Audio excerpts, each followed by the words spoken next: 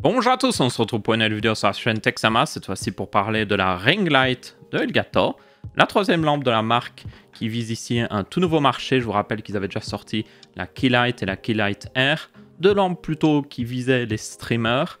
Ici on peut toujours viser les streamers, mais pour moi c'est plus une lampe qui vise les youtubeurs et surtout les youtubeurs qui passent du temps devant une caméra, un petit peu comme je le fais actuellement, et qui n'ont pas forcément un écran dans le passage. J'en parlerai un petit peu après. Et du coup, c'est une lampe ronde, comme ça se voit, hein, et qui va vous offrir quelque chose que beaucoup de gens recherchent dans certaines vidéos, c'est ce fameux ring light, justement ce cercle lumineux que vous avez dans la pupille de la personne qui regarde la caméra. Et c'est très populaire chez les youtubeurs beauté, mais ça peut être aussi populaire chez les youtubeurs unboxing ou des personnes qui parlent d'un sujet, vous voyez, qui sont vraiment devant la caméra, qui parlent de quelque chose. Ça pourrait être très populaire. Du coup, pour 200 €, Elgato demande quand même pas mal d'argent pour cette lampe et je vous propose de voir si elle en vaut vraiment la peine. Alors déjà, je vous propose un petit tour physique. Vous avez le logo Elgato juste ici. Vous avez évidemment la lampe arrondie. On va en parler un petit peu plus après. Mais du coup, ici, vous avez un boîtier de contrôle où toute l'électronique est justement centrée. Vous avez notamment le port d'alimentation avec la brique fournie avec la Keylight. Vous avez, ou plutôt la ring light ici. Vous avez aussi le switch pour l'allumer, donc si vous le mettez comme ça, elle est allumée. Et là, vous avez un switch pour la reset, donc celui avec les deux barres, plutôt pratique. Et une nouveauté par rapport au Keylight ici, c'est que vous avez un bouton plus et un bouton moins. Il me semble qu'ils sont dans le bon ordre. Non, c'est un bouton plus et un bouton moins qui vous permet de régler l'intensité de la lumière. Donc vous pouvez mettre plus ou moins justement de luminosité. Et ça, je dis que c'est une nouveauté parce que tout simplement, les Keylight n'avaient aucun contrôle physique à part juste l'allumer. Donc, ça veut dire qu'il fallait la contrôler entièrement via l'application. Cette ring light, elle, vous pouvez la brancher au secteur et juste contrôler la luminosité avec ces deux boutons. Donc, c'est déjà une petite amélioration, mais après, il faut le préciser, toutes les lampes du marché ont toujours des contrôles physiques. Donc, ouais, c'est juste bien à voir. Mais les Keylight auraient dû l'avoir. Continuons notre tour physique. Vous avez ici de quoi la fixer sur un trépied ou le pied fourni avec d'ailleurs. Donc ça, c'est le pied fourni avec cette ring light. C'est le fameux pied d'Elgato qui est fourni avec leur Keylight aussi. Il est plus court celui-là, il faut le savoir. Quand vous le mettez par exemple, on va le mettre sur le bureau ici. Donc voilà, il est en place. Et vous voyez que, comme j'ai dit, il est plus court que les pieds des Keylight parce que tout simplement, le ring light est par-dessus. Et comme vous pouvez voir, c'est une lampe assez grande.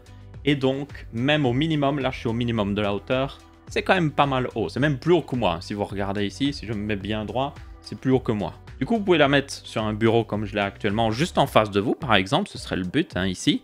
Et vous avez finalement la fonctionnalité importante, enfin la plus importante.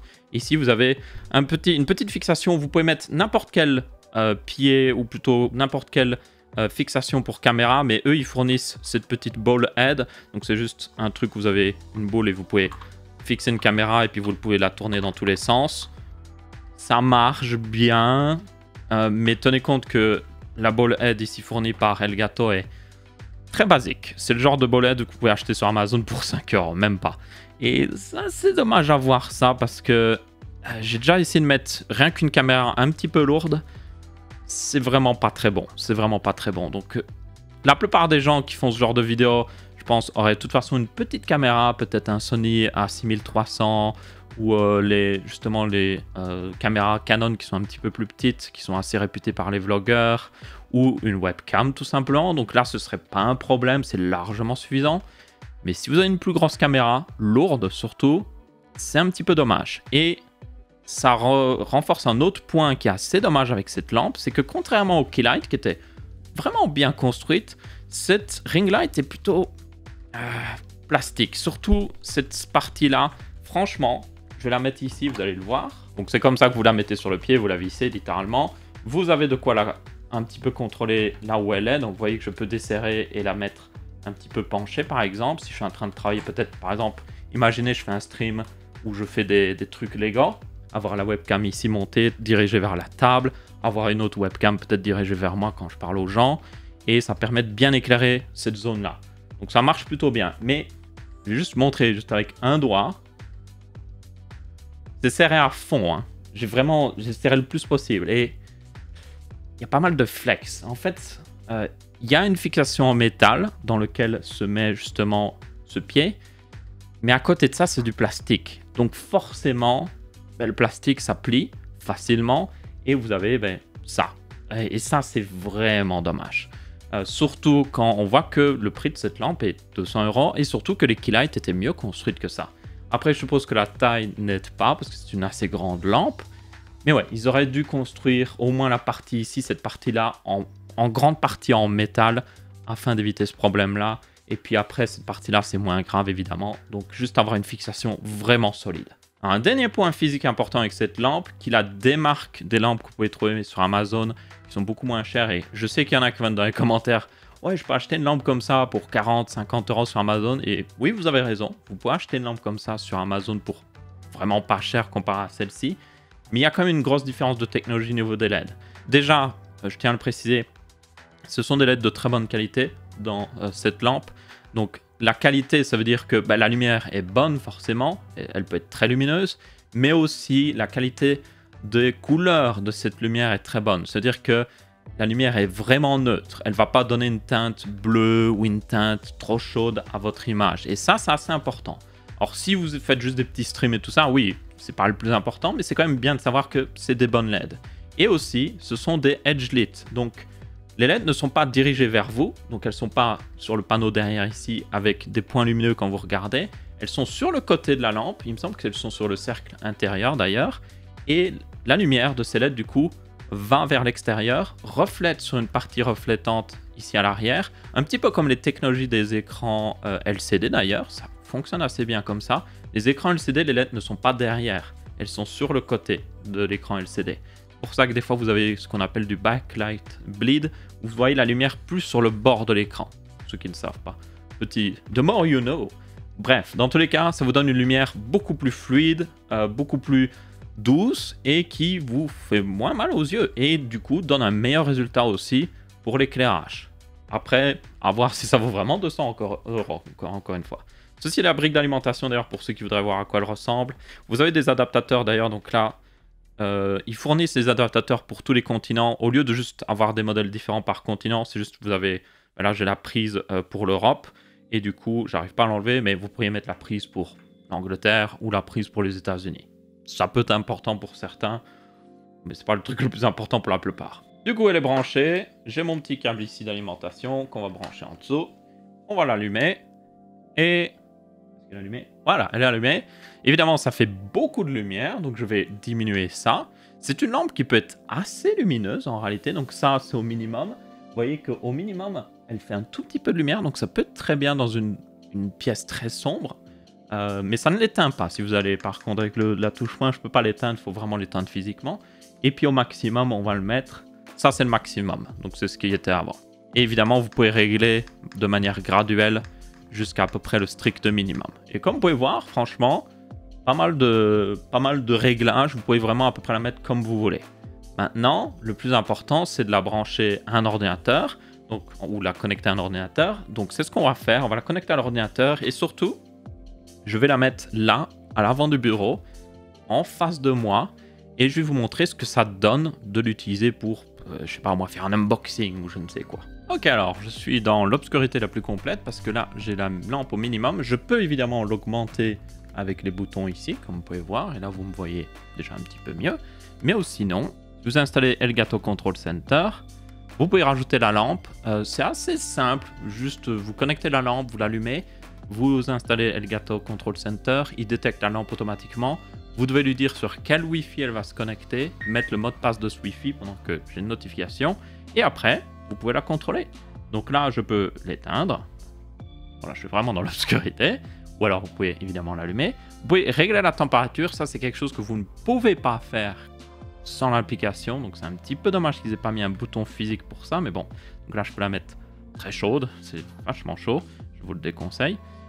Ou alors, vous pouvez évidemment la mettre le plus froid possible. Bon, en fait, froid, c'est pas vraiment froid. Ici, c'est, il me semble, 5500 Kelvin. Donc, c'est à peu près la couleur du soleil, pour ceux qui se demandent. Donc, c'est très standard pour les lampes, justement, professionnelles.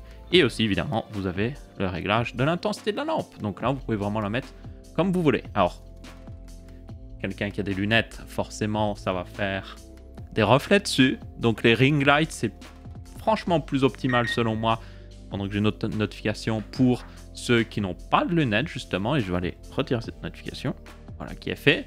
Donc comme je disais, vous aurez des reflets si vous avez des lunettes parce que la source de lumière est juste devant vous. Et pour éviter d'avoir des reflets en général, ce qu'il faut, c'est que votre caméra soit au niveau de vos yeux et que la source de lumière soit au-dessus ou techniquement en dessous aussi. Pas au même niveau que la caméra, ou sinon le reflet sera toujours visible. Donc, pour ceux qui ont des lunettes, un petit peu plus embêtant.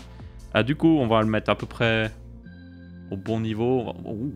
Ouais, là, ce sera à peu près le bon niveau, ça devient un petit peu lumineux. Et là, on pourrait être en mode, oh, faisons un unboxing de ce Sony A7 III. Ce n'est pas une pub de Sony d'ailleurs, je tiens à le préciser. Ou faisons un unboxing de cette souris Logitech. Formidable. Et comme vous pouvez voir, normalement, j'ai cet effet de rond dans mes yeux, normalement, qui est un look assez agréable, selon moi. Ça dérange pas vraiment, c'est même plutôt sympathique à voir. Après, c'est pas tout le monde qui est fan de ça non plus. Je vais remettre mes lunettes. Bon, quoique j'en ai pas vraiment besoin, j'arrive à voir sans. On peut évidemment, encore une fois, comme j'ai dit, régler un petit peu plus, une température un petit peu plus chaude, si vous voulez avoir un look plus sympa, plus chaud justement, un peu plus cosy. Alors par contre, pour montrer les autres paramètres, là je vais remettre mes lunettes. Vous avez aussi du coup des contrôles au niveau, ou plutôt vous avez quelques paramètres supplémentaires. Vous pouvez mettre à jour la lampe et tout ça avec le firmware et tout ça, le microprogramme comme il l'appelle en français. Et c'est à peu près tout. Et ça, c'est les paramètres du logiciel Elgato Control Center. Et voilà. Il n'y a pas vraiment plus. Vous pouvez évidemment, il y a l'intégration, vous pouvez la contrôler avec un Stream Deck ou même un clavier, par exemple, comme je l'ai là-bas, Corsair, avec le Stream Deck intégré. Donc vous pourriez par exemple dire, hey, quand j'appuie sur la touche, je réduis la luminosité ou j'augmente la luminosité. Ou alors, je, tout simplement, par exemple, éteins la lampe ou la change vers une couleur plus chaude, par exemple. Comme ça, vous pouvez faire un petit peu comme vous voulez. Ça va encore, j'ai pas trop de reflets si je regarde vers le bas. Maintenant, parlons selon moi des deux gros problèmes de cette lampe. Le premier problème, c'est que le pied est selon moi trop haut. Là, il est au minimum, je peux le mettre à aller plus haut, mais ça ne servirait pas à grand chose. Et du coup, comme vous pouvez voir, je suis assez grand et la lampe est dirigée vers le bas. En fait, elle est pointée vers le bas. Et ça accentue un deuxième problème. Alors, vous pouvez monter la lampe sur un pied que vous avez acheté par vous-même et tout ça. Vous pouvez régler ce problème. Mais la plupart des gens, je pense, vont utiliser le pied fourni qui est de très bonne qualité. Selon moi, c'est même un des gros points positifs des Keylight, c'est leur pied. Donc, ce serait dommage de ne pas l'utiliser. Mais bon, si ça marche si ça marche mieux de ne pas l'utiliser pour vous, peut-être aussi la chose à faire. Mais ça accentue le deuxième problème que j'ai déjà parlé, c'est la qualité de construction. Là, j'ai ma grosse caméra dessus et je peux vous dire que je ne suis pas rassuré de l'avoir dessus parce que je vais vous montrer à quel point ça peut bouger facilement. Donc ça, c'est une petite poire qui envoie de l'air pour enlever la poussière sur les objectifs de caméra. Et je vais juste faire un comme ça. Et je sais pas si vous le voyez, la lampe vient de trembler. Elle tremble, juste avec de l'air. Si je bouge un petit peu la table, alors là, c'est...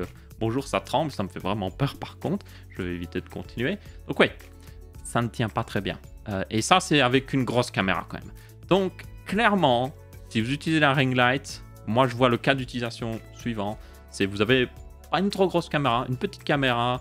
Il en existe, vous pourrez avoir, comme j'ai dit, les Sony A6000 ou tout ce qui est Canon, vraiment en mode vlogueur. Ça, ce serait suffisamment léger pour que ça ne pose aucun problème sur ce pied-là. Ou alors, tout simplement, des webcams iraient très très bien.